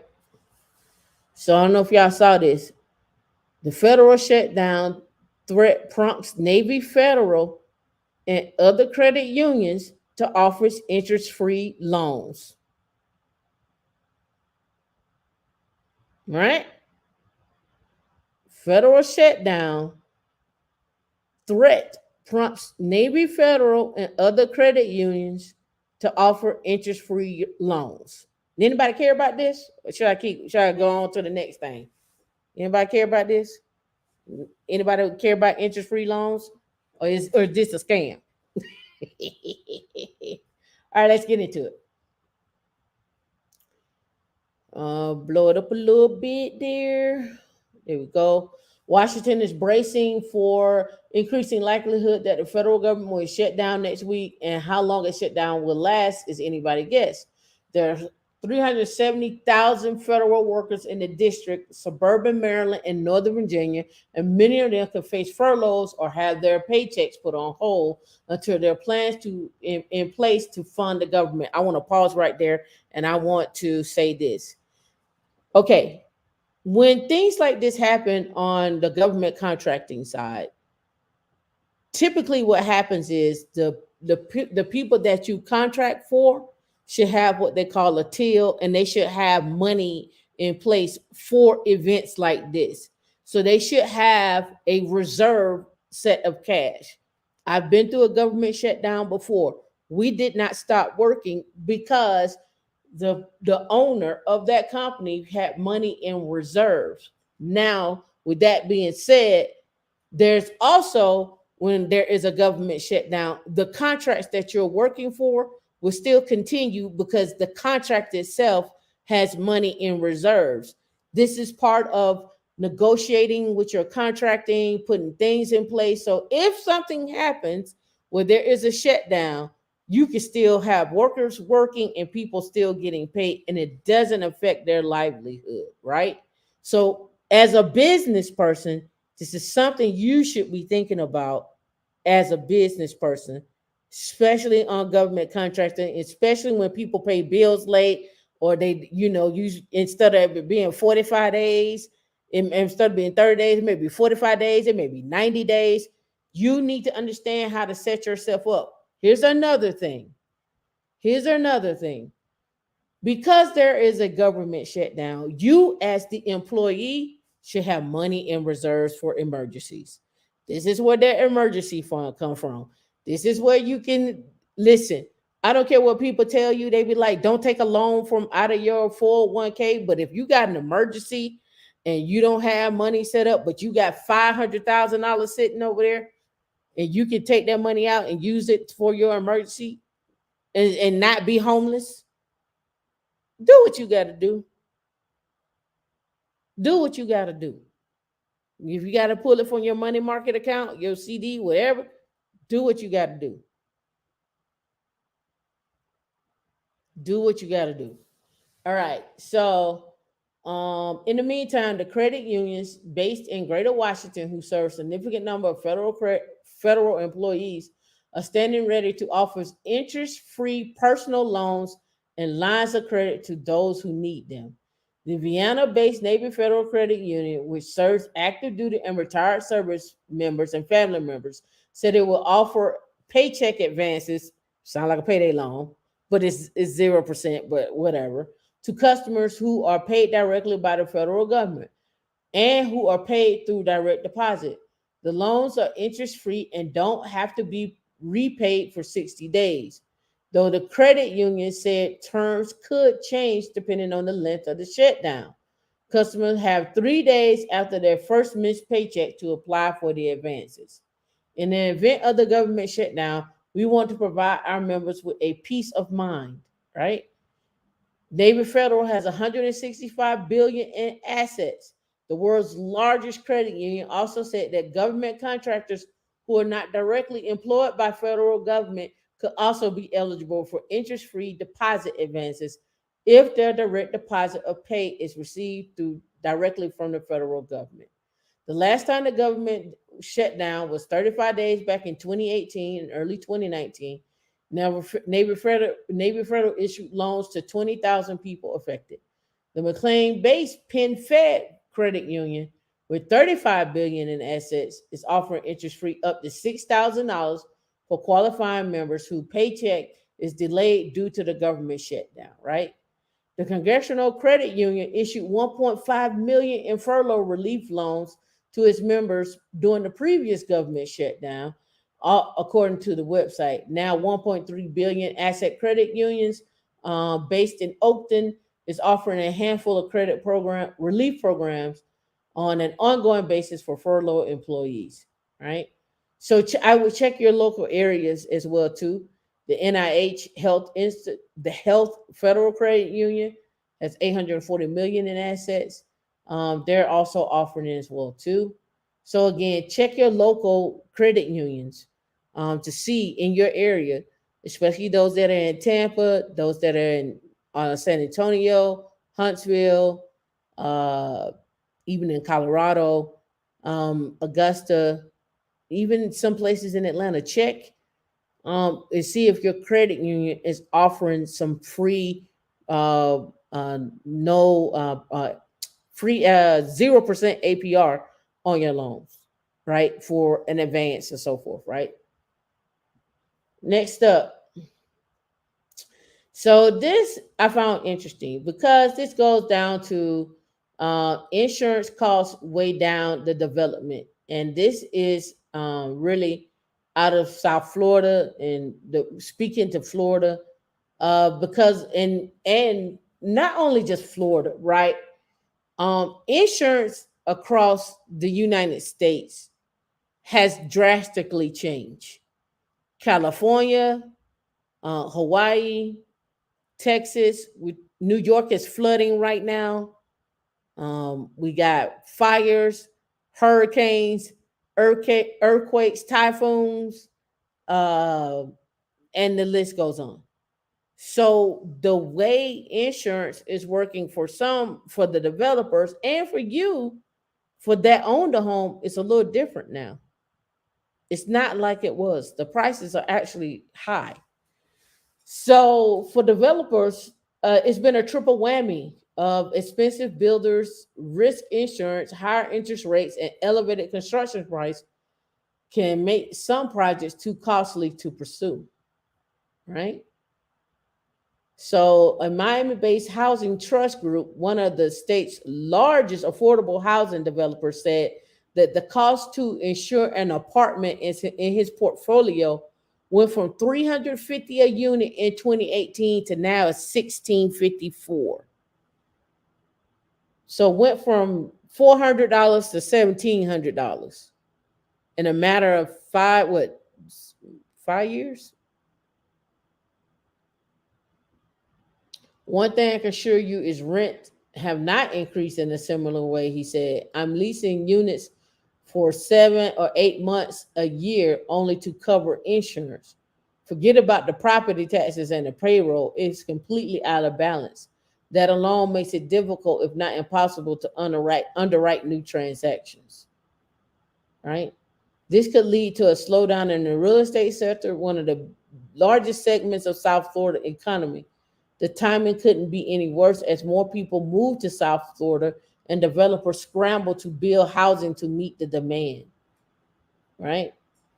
So when you would, and this is happening in Tampa, anywhere along any of the coastal, I'm going to say along any coastal of the United States, property along the coast, along where it's known to get hurricanes, the insurance is sky high. All right, I don't want to talk about Warren right now. I want to talk about this. Have y'all heard about this? So many people want to attend a Middle East investment conference. D heard about it. I guess Davos in the desert. Uh, they're charging $15,000 to get in at the door. Look how crispy they look. They crispy, D. They out here crispy. About 5,000 delegates are paying $15,000 each to attend an investment conference in I guess Riyadh next month. Many are seeking a slice of the Middle East oil billions. Growing interest in the conference also underlines Saudi Arabia's rising global influence. Let me get this back down so we can be on the page. Come on. Where'd you go? Oh, let's refresh. Here we go.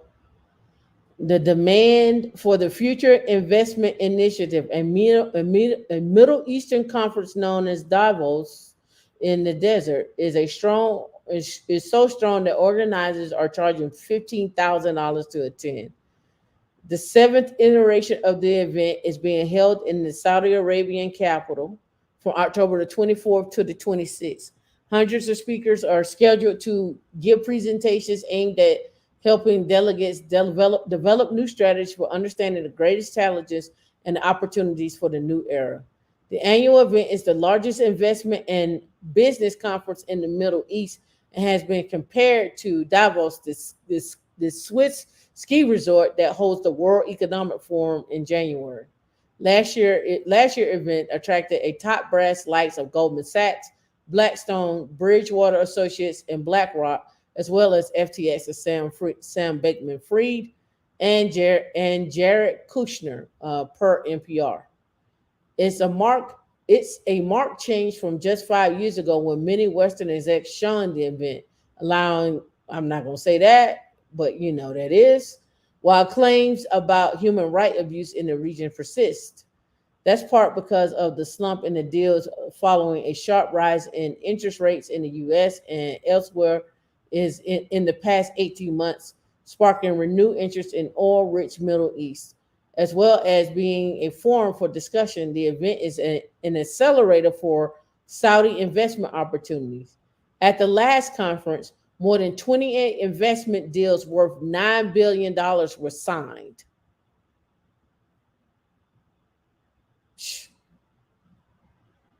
But we want to argue about never mind.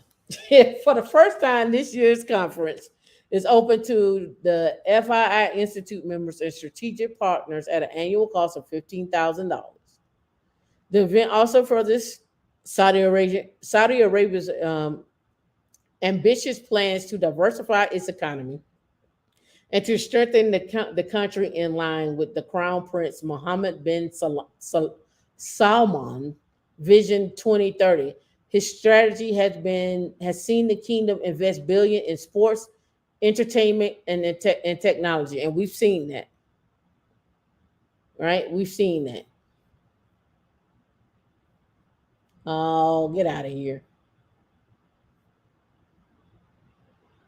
Oh, hold on. I don't know why this page acting like that.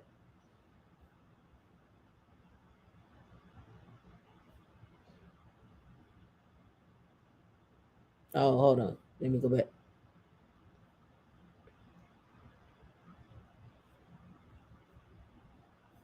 All right, we're in. So we're talking about money, honey. Hello, honey. All right.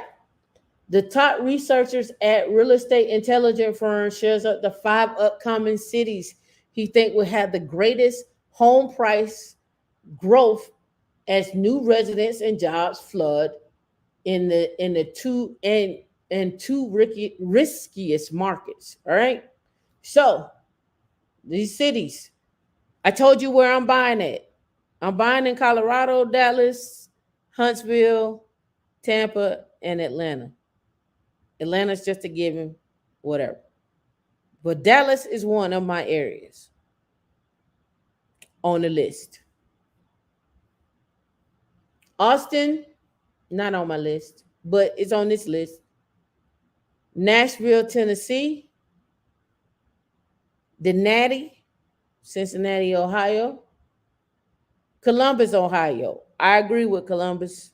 We know what's going on with the chip manufacturing there. Number one, where home prices are most at risk of declining, but Boise, Idaho. Boise, Boise, Idaho. Minneapolis. It's a tech city. It's a tech city. So I get it. Right? Now, I agree with Dallas. I can even see Minnesota. Austin, I don't know. There's people still moving in. Nashville, they've seen a boom. Ohio and Columbus, Ohio, Cincinnati and Columbus and Boise. I'm not sure if I want to be in Idaho. Idaho. I don't know if I want to be Idaho. I don't know. Idaho.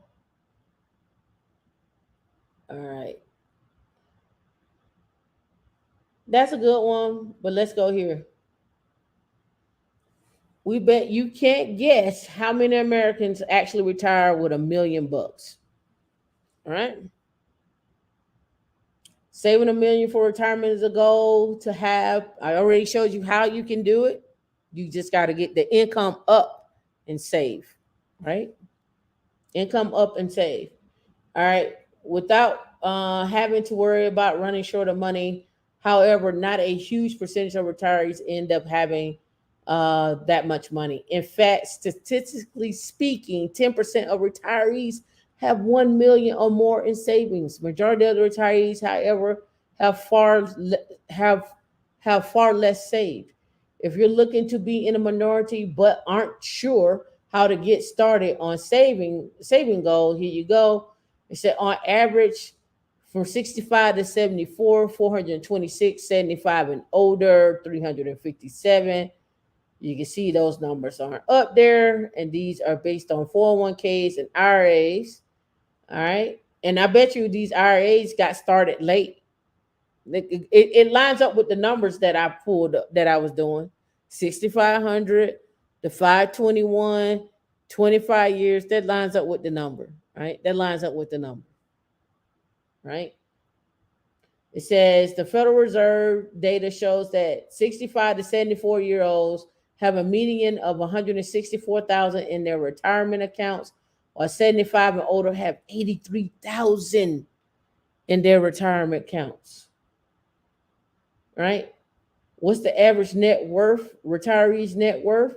A net worth is a measurement of your assets against your liabilities. A higher net worth indicates that you have more assets and debts. It says the reserve data puts it at approximately 1.2 million for those that are 65 to 74, and the average net worth drops to 958,000 at 75,000. I mean, at 75 years of age. Retirement accounts. What is leading to this? What is the data that they use to measure this? Retirement account, bank balances, CDs, saving bonds, stock holdings, cash value, life insurance, managed assets, business equity, unrealized capital gains, primary mortgage debt, home equity loans, lines of credit, student loans, vehicle loans, credit cards, and other installment debt. If you like to calculate your net worth, you can do so with the calculator. They go over that. I won't go over that. I think you've already seen that. We won't go there. All right. What states are the rich Americans flocking to? What do you think the states are? All right, households making over $200,000 annually comprise just a sliver of their all tax returns that are being filed in a given year. But their movement between states can have a significant financial impact. When a state loses more high earning tax filers than it gains in a given year, tax revenues may decline and the state's fiscal situation may worsen. That's why, despite making up less than 7% of the total tax returns filed across the 50 states, the District of Columbia in 2020 migration patterns of high earning households continue to make headlines. With this in mind, Smart Asset set out to identify the states with the most movement of high earning households. To, to do this, we examined the inflow and outflow of tax filers making at least 200,000 in each state between 2019 and 2020. For details on our data sources, how we put all this information together, read the data and methodology section below. All right, the Sun Belt states see the most migration. Of the 10 states that have the largest influx of high earning households, 8 are at least partially located in the Sun Belt. That includes the top 6 states, starting with Florida. Right? Starting with Florida. There are 9 states in the country that do not tax income at a state level. Florida, Texas, Tennessee, Nevada. I didn't know Tennessee was one. Are among the 10 places where the largest net flow of high income households. Florida, Texas, Tennessee, Nevada. DC has the largest proportion of high earners, while Virginia has the smallest. That's obvious. But it says the nation's capital is of one of only 4 places, along with Connecticut, New Jersey, and Massachusetts, where high income filers comprise more than 10% of tax returns. Meanwhile, West Virginia is on the low side. All right. Let me see if they list off these states down here. To go. Like Florida, Texas, the number 2 ranking place, does not have state income tax.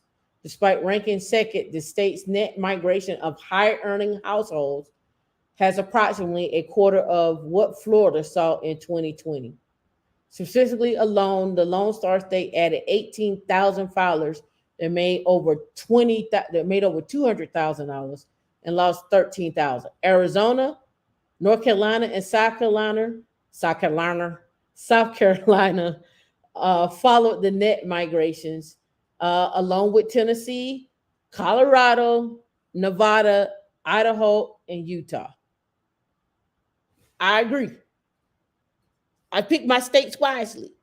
Alabama may be a little on the flux, but most definitely Colorado, Florida, and Texas have high earners. And also, I looked at where are the places where I can work and make money. So, 2 of the states between Florida and Texas have no state income tax. Now, Colorado state tax is not as bad. However, I may have to look at Tennessee, but Tennessee it's an outlier for me. It's an outlier for me. Maybe Ohio may be coming on there. But how did I pick these states?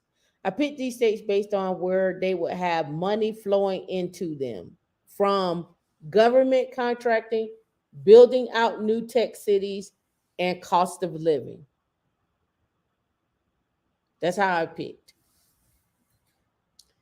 That's how I picked my states. And they have their methodology down here. Oh, we hit our 2 hour mark. We hit our 2 hour mark.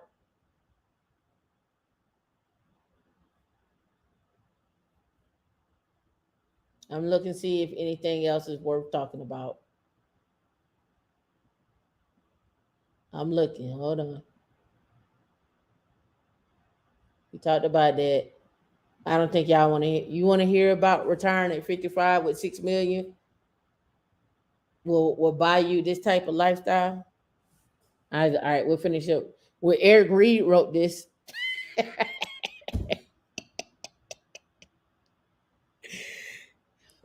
Inside joke. Retiring at 55, 6 million will buy you this type of lifestyle. With smart money management, retiring at 55 years old with 6 million could be a breeze, but a lot of work has to go into strategies you make and actions that you take. This also includes how you handle your finances in case of an emergency. It also, if you have it, 6 million would definitely work. Think about it. For more hands-on help, consider blah blah blah. Can you retire with 6 million? Whenever calculating your retirement prospect, there are two important issues to consider: withdrawals and emergencies. Essentially, you will have enough money to replace your income, and will that leave you with enough flexibility to pay the sudden expense? The rule of thumb for figuring all this out: should you expect to replace 80% of your working income while in retirement, you generally need less money than when you were working, because you have fewer responsibilities and expenses. Plus, you aren't contributing to retirement funds. So 80% target should give you the same degree of spending power and emergency flexibility. For example, let's say you earn 150,000 per year during your work life. We'll assume a higher income household, since you have saved up 6 million. You would want to plan for a retirement account that can generate 120,000 per year throughout your retirement. Even without returns of any kind, just coasting on principal, 6 million portfolio can pay you 120,000 per year for 50 years. So when I talk about what does your retirement look like, do you think you can live on retirement with everything paid off at 40,000? That'll be your 1.2 million that you'll have. But if you think you want a bigger, if you think you need more in your life, then you may have to add more to your retirement. That's just it, right? So you do the math, right? I wanted to bring all this to you: morals, integrity, work husband, work wives, petty T, petty sojourner, Douglas. Um, Again, get your skills up, put your money away. If you can find someone to do that with, do it. If you can't find no one, do it. Protect your assets before you get married. Get a prenup, put it in a trust, whatever it is. All right. I'll catch y'all later.